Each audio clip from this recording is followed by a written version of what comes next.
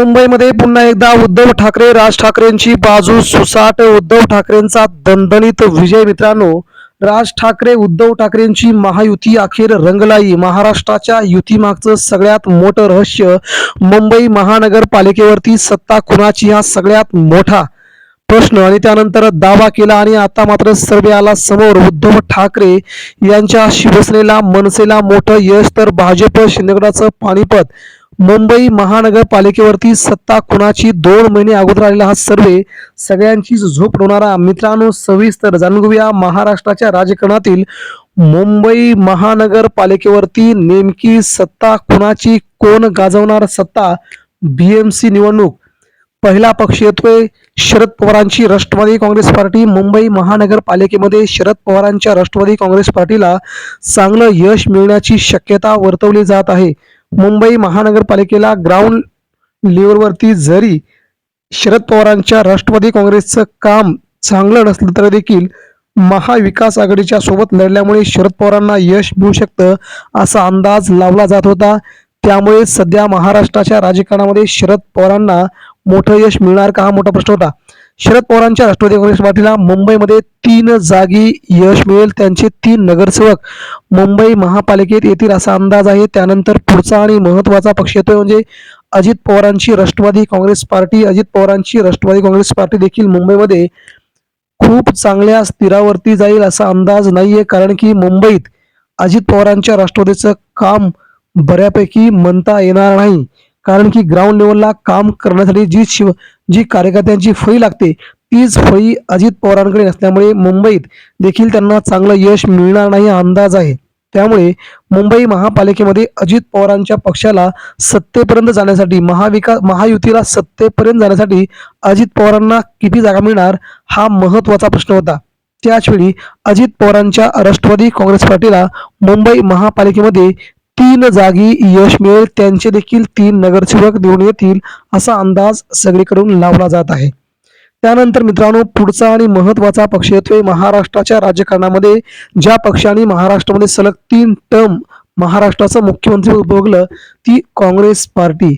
संबंध देशामध्ये सगळ्यात जुना पक्ष असलेला काँग्रेस पार्टी, मुंबईसह महाराष्ट्रावरती सत्ता असलेली काँग्रेस पार्टी आता या मुंबई महापालिकेमध्ये जर महाविकास आघाडीसोबत लढली गेली तर त्यांना चांगलं यश मिळेल. जर काँग्रेस स्वबळावरती गेली तर मुंबईमध्ये काँग्रेसची पुन्हा एकदा धुळदाण होण्याची शक्यता वर्तवली जात आहे.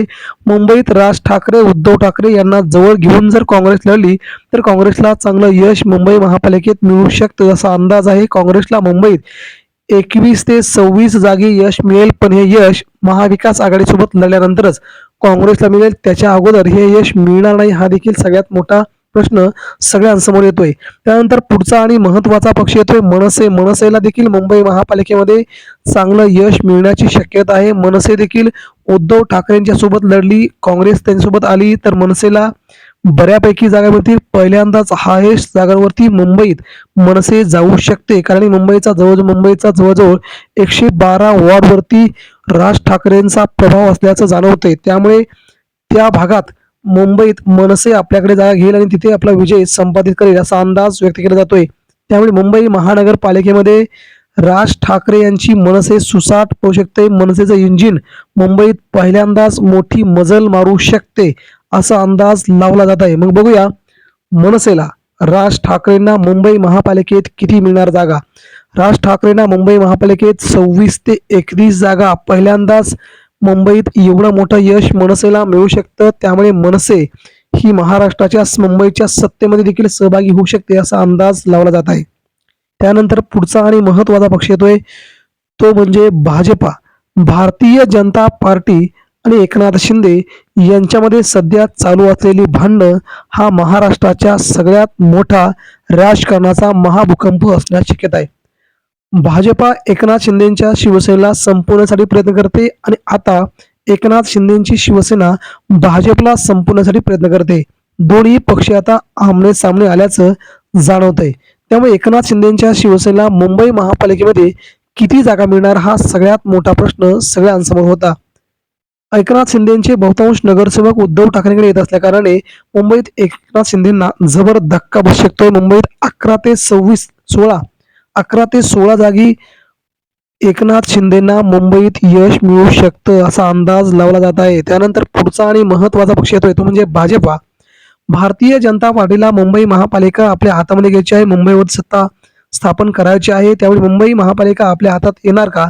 याकडे सगळ्यांचंच लक्ष असतानाच एकनाथ शिंदे यांना मात्र इथे यश मिळालं, पण भाजपला किती यश मिळतंय यावरतीच सत्तेची समीकरणं आखली जातील. मुंबईमध्ये भाजपला आहेत तेवढ्या जागा मिळाल्या तरी देखील सत्ता येऊ शकते. मात्र मुंबईत भारतीय जनता पार्टीने जो इतर परप्रांतीयांचा जो रेटा लावलाय त्यामुळे मुंबईत त्यांना खूप मोठं यश मिळणार नाही, ही देखील सगळ्यात मोठी बाब आता समोर येते. बीजेपीने सध्या गुजरातीकरण करणे, उत्तर भारतीयांना नगरसेवक पद वाटणे या सगळ्या घडामोडी केल्यामुळे भाजपला मोठी हानी या निवडणूक होऊ शकते. भाजपला मुंबईत 61 ते 66 जागी यश मिळू शकतं. गेल्या वेळेपेक्षा 15 ते 20 जागा भाजपला कमी येऊ शकतात असा अंदाज सध्या लावला जाते. त्यानंतर पुढचा आणि महत्त्वाचा पक्ष येतो तो म्हणजे उद्धव ठाकरे यांची शिवसेना, ज्या शिवसेनेने मुंबईवरती गेली कित्येक वर्ष सत्ता उपभोगली आहे. आणि आता उद्धव ठाकरे, राज ठाकरे हे दोघे बंधू एकत्र येऊन काँग्रेसला आणि शरद पवारांना एकत्र बांधण्याचा प्रयत्न करतायत.